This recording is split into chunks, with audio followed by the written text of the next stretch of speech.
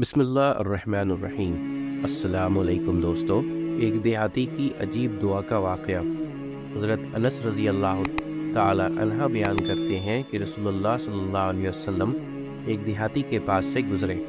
وہ اپنی نماز میں دعا مانگ رہا تھا اور کہہ رہا تھا، اے وہ ذات کہ کسی کا خیال و گمان اس تک نہیں پہنچ سکتا، اے وہ ذات کے اوصاف بیان کرنے والے اس کو اوصاف بیان نہیں کر سکتے، اے وہ ذات کہ زمانے کے حادثات اس پر اثر انداز نہیں ہو سکتے، اے وہ ذات کہ اسے گردش زمانہ سے کوئی اندیشہ نہیں، اے وہ ذات جو پہاڑوں کے وزنوں کو جانتی ہے، اے وہ ذات جو سمندروں کے پیمانوں کو جانتی ہے، اے وہ ذات جو بارش کے قطروں کو جانتی ہے، اے وہ ذات جو درختوں کے پتوں کی تعداد کو جانتی ہے، اے وہ ذات جو ان تمام چیزوں کو جانتی ہے جن پر رات کی تاریکی چھاتی ہے اور جن کو دن روشن کرتا ہے، اے وہ ذات جسے ایک آسمان دوسرے آسمان سے چھپا نہیں سکتا، اے وہ ذات جسے معلوم ہے سمندر کے پیٹ میں کیا ہے، اے وہ ذات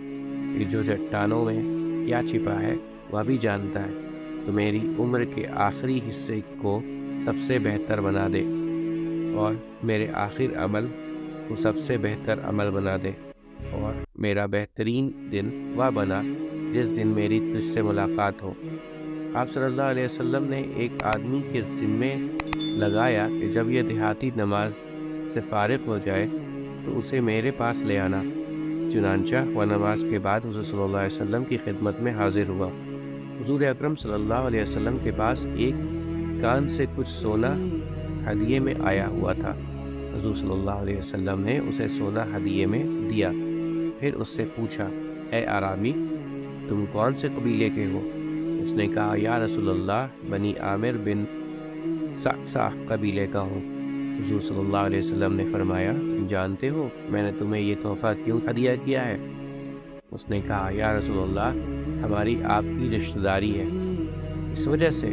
آپ صلی اللہ علیہ وسلم نے فرمایا، رشتہ داری کا بھی حق ہوتا ہے، لیکن میں نے تمہیں یہ سونا اس وجہ سے ہدیہ کیا ہے۔ امید کرتا ہوں دوستو کہ آپ کو آج کی ویڈیو اچھی لگی ہوگی۔